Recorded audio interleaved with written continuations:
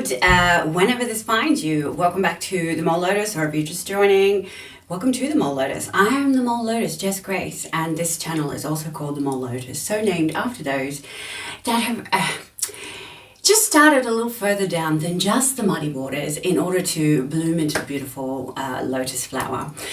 So if you resonate, please come along. Today we're talking Mercury Retrograde. Now that's a bit of a fun topic actually, and I want to explain it to you how I have come to understand it, and it's in a useful and also maybe perhaps even a lot more of a fun way than the way we all normally experience it, which is quite dreadful and uncomfortable.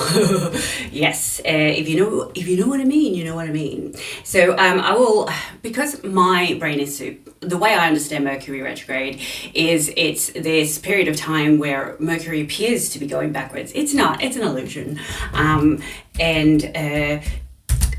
And so a lot of people will experience a lot of disruption. You know, there's disruption in plans and meetings and communication and electronics, and just anything you thought you were going to be doing is going to be askew somehow, and it's very uncomfortable. So Mercury retrograde meaning is an optical illusion caused by the relative speeds and positions of Earth and Mercury in orbit. The planet only appears to move backwards in the sky. And if you're an astrologer, which I am absolutely not, you will have a better definition of that. But to me, that's how I understand it and explain it. And there are so many wonderful people out there who are talking about this particular Mercury retrograde who are probably better listened to than I. But my first Mercury retrograde was that I knew of and was aware that Mercury retrograde was happening was when my kids were very little. In fact, my youngest was teething, and the whole time was asking to be held. And what I was attempting to do during Mercury retrograde was move house, and it was bedlam. Oh my gosh, so much stuff happened. So not only did I have my 2-year-old and also my 4-year-old, but my 2-year-old was like, you can't put me down, I'm in misery. And I had to pack up a whole house and clean a house and organize movers and storage, and I was running out of time and energy, so I tried to organize a cleaner. Cleaner didn't show up. I ended up paying a friend to do it. My friend didn't know how to clean, so everything that I'd asked that person to do had to be redone. It wasn't, a bad thing. It was just a miscommunication and probably not a lot of foresight on my behalf. Anyway, on the last day after everything had been moved, I left the house open that we'd moved from, and then my husband at the time went back to lock it up, and in that time some hoodlums had broken in, or just let themselves in, and by the time my husband then closed up, he'd closed those hoodlums into the house, and they were also spray painting the walls. So when we went back the next day to do the clean, and the landlords were meeting us there to help us clean because they were just lovely people, we just discovered chaos. Like they'd had to break out of the house, they'd spray painted the walls, and also, yeah, it was just the hardest challenge that I ever had. And so ever since then, and I hear Mercury retrograde, I'm just like, no, I can't do that. I can't live through it again. Anyway, I've discovered a new way to get through Mercury retrograde, and it's a really powerful process and a wonderful way of understanding it. So bear with me as we go in. Now, I do like to introduce Hermetic laws. So this one, I think, is a great example of the principle of correspondence. So the way that the Kabbalion explains that is as above, so below, as below, so above. Yes, all wishy-washy, isn't it? But what that really means is your inner world is reflecting your outer world, and then what you're experiencing, the outer world, is reflecting into your inner world. So it's this beautiful symbiotic relationship between you and yourself and everything you experience. And so there's this other saying, which is actually can be taken quite abruptly and absurdly, that everything is happening for you, not to you. Now, I hate that saying because it's, anybody who's experienced trauma or horrible things or war zones or any kind of horrificness, to then be told by some spiritual nut, yeah, but it's all happening for you, can't you see? I say, fuck off, and don't listen to that. But in regards to, say, this circumstance, when you're having discourse in your outer world, it's showing you areas with which you have the ability to go back and challenge your core beliefs in order to overcome that contrast that you're experiencing externally. And this is one of the themes of Mercury Retrograde. So if you've caught any earlier episodes, you would have heard me talk about how your core beliefs are the things that you use to filter your experience, and you have 100% permission to go back and challenge your core beliefs at any time you want to, in order to tweak in order to tweak your lived experience and how you're experiencing the world. So if you have a core belief that everything's really hard and that nothing ever good happens, then you will probably experience that in your external world. And if you believe that life is unfair, then life will be unfair. And if you believe that life is an algorithm that you need to train, then you get to train your algorithm, and life will keep feeding you content until you find something that you like and take with you and experience. So that's just an example of how your core beliefs are really affecting both your inner and outer world. And so Mercury retrograde, the way I see it, is a handover between the person that you have just been and the person that you have become through this last little period of time between retrogrades, and the person you're about to step into that new period as. And so it's almost like that uncomfortable stage that a caterpillar and a butterfly will experience. The caterpillar will go into its chrysalis and literally turn itself into liquid and reorder its structure so that it can come out as a freaking butterfly. And that is a weird thing, right? But Mercury retrograde is uncomfortable in that sense, that we are taking in all of that stuff that we've just been through and emerging as this new version of ourselves that has had expansion happen because of everything that's just transpired. And you're about to sit and look at your core beliefs based on what you've just been through and reorder your beliefs so that this next phase that you're about to walk into as this new version of you has also a new set of core beliefs with which to experience the world with this new filter. And it's exciting if you think about it that way. But yes, of course, it's going to be a little bit uncomfortable.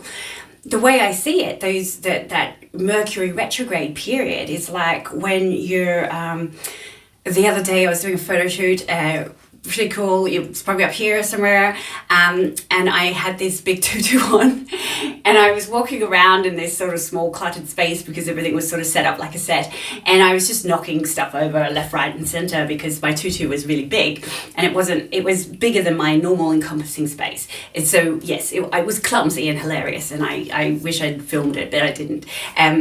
And so I feel like that you're sort of shedding skin from the old version of yourself, and you're putting on new skin, or you've got these new wings, or there's some part of you that you're getting used to the new space of, especially since, the way I see it is like you've experienced expansion, so you're bigger now, and you're just walking around taking up more space because you have more self-worth, or more self-confidence, or a more indulgent filter with which to view the world. And so, yes, obviously you're going to be walking around knocking things off left, right and centre because you're just not used to this new thing yet. So it's that little bit of transition of getting used to a new body and a new ideal and a new way of experiencing your 3D as well as your inner world. Now, another sort of aspect of Mercury retrograde is apparently, you know, this is when you get those calls from your ex-boyfriend or, you know, or you start thinking about things from the past and you're quite nostalgic. And that's because in the tarot, we have the Hanged Man, and the Hanged Man is just sort of lying there upside down and sort of trapped in this moment and sort of forced to look at the world from a different perspective. And a lot of wisdom is gained by doing things of looking through the world with a different perspective, right? You're seeing things in a different light. And so what I think is happening during that Mercury retrograde is that it's a moment of hang in order to go back and look at your beautiful experiences that you've lived through your whole life, but from the vantage of this new person that you're about to step into this new phase of life as. And it's another tool that we can use to challenge our core beliefs, because the person that you have transformed into has this the most amount of knowledge available to it at this present time in its life. And so it's going to have these new experiences in order to gain new wisdoms and viewpoints. And so looking back at things that happened to you in your past that were really formative to you, it will give you a new wisdom with which to look at it at. Now, in clinical hypnotherapy, I love this concept of, you know, all our automatic reactionary programs were set up by a kid, right? So from the ages of 0 to 7 or 8, you've set up a lot of automatic responses to things that are occurring in your life. But it was, you know, so things like the way you react to conflict, or the way a particular setting makes you feel, you know, like walking into an institution on your first day in that institution, and the reaction you have, whether you're overtly, you know, hi, I'm Jess here, nice to meet you, blah, blah, blah, or if you're petrified and quiet and sullen and just, oh my God, this is so overwhelming, based on the experiences that we had when we first started our first institution ever. And so a classic example I have is, you know, when I was younger, my mother used to do house cleaning on Saturdays. Now this woman, fair play to her, she was working full-time, mothering full-time and alone, and also studying full-time, and was, you know, raised Church of England, Protestant. We needed to be house proud, and so the housework needed to be done. But, you know, we're all kind of neurodivergent and, you know, been masking all week, and we're quite exhausted on Saturdays. So one of the wonderful things that getting in touch with your anger can give you is a bit of energy when you're a little bit tired and you don't have much energy. And so I feel like my mother would get in touch with her anger and angrily clean the house, and that was very uncomfortable for myself and my brother. And so then, you know, we'd just be like in this heightened state of anxiety, trying to, you know, help clean and do all the chores so that my mother could calm down and relax and not be angry anymore. And so then later on as an adult, if my ex-husband would do something at night that was moving dishes around or whatever it was, and I'm tired and I'm needing to rest and bliss out in front of some brain rot, you know, him making that sound and cleaning the house would trigger this response in me of just like, right, no, God, I just want to relax, just fucking stop doing that. And that's me. It's my bad toxic trait, right? I'm just, my ex-husband was just trying to do whatever he was trying to do, and I'm just like getting mad and angry about everything. And so that is me having to then go, am I an adult now? Do I need to be afraid of getting in trouble because I'm not helping cleaning? No, I don't need to do that. I've done enough work today. I don't need to do the most amount of work. Right now is not the time where I like to clean things. And if that person wants to clean things, they're more than welcome to. But if they're going to challenge me because I'm not helping in this particular instance, then they will get a pillow over their face while they're sleeping. And I don't need to be worried right now. And that is you going back and challenging a core belief based on an experience, because you have new gained wisdom from the perspective of an adult. Or let's just say something that was quite formative to your core beliefs, that was quite, profound to experience in your 20s or 30s, or when you were in your teens, whenever it was. This person that you're about to step out into after Mercury retrograde has got a different perspective. And it is good to go back into that nostalgia and sift and sort through it, and maybe bring a different wisdom and a different set of eyes, and see if there's something that you can retweak, so that this next phase you're about to go into, you have a different experience based on the wisdom of this butterfly that you're about to emerge as. So I don't know, for me, I feel like that's super freaking useful, and it's sort of super allowing as well. So when we are understanding that we're about to have a couple of weeks of lots of uncomfortable things that may occur, or plans that are going to get set awry, or just unusual circumstances that we're going to have to drop everything and then have to deal with. If we can allow for that to happen and anticipate it, and see, instead of going, oh no, this is happening, damn it, why?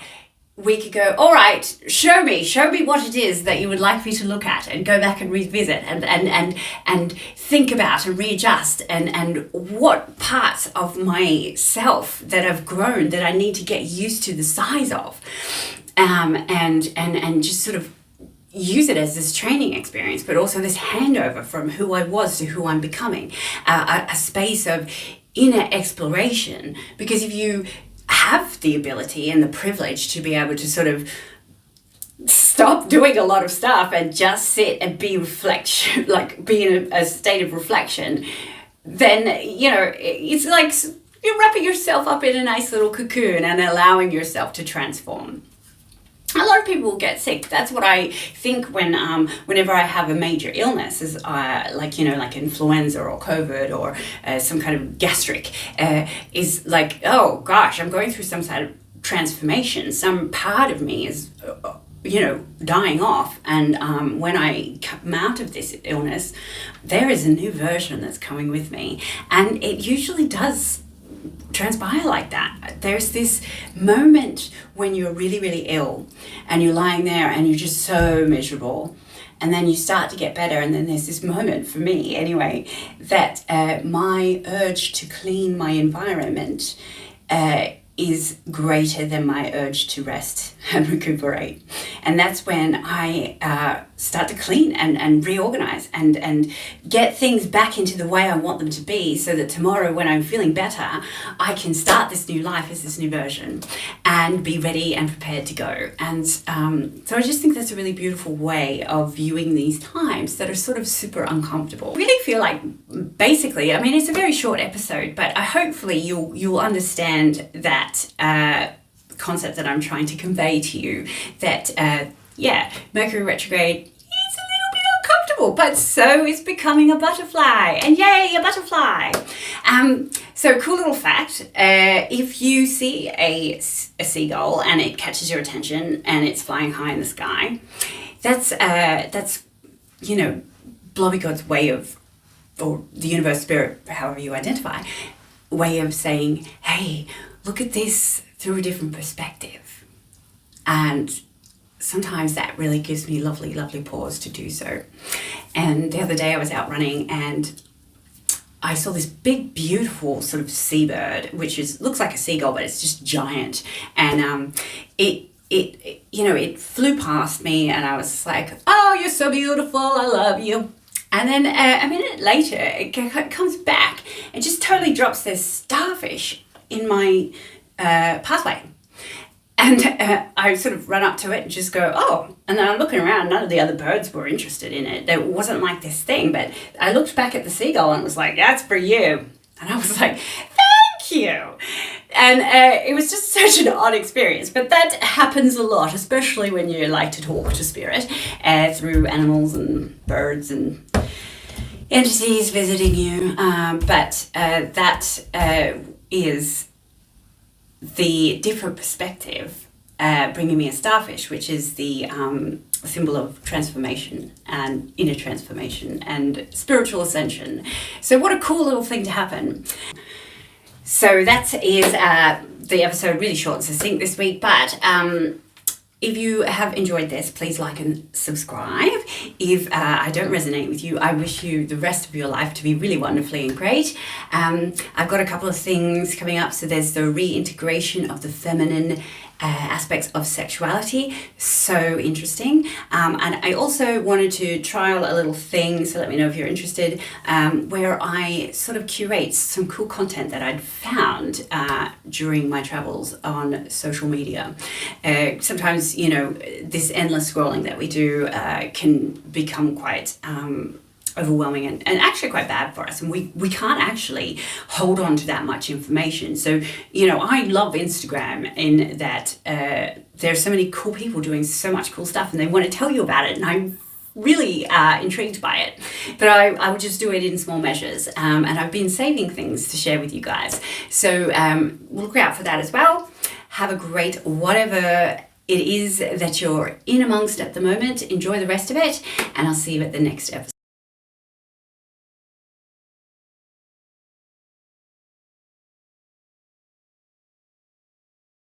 Excuse me, I just said, oh, I love water at the moment. It's so good.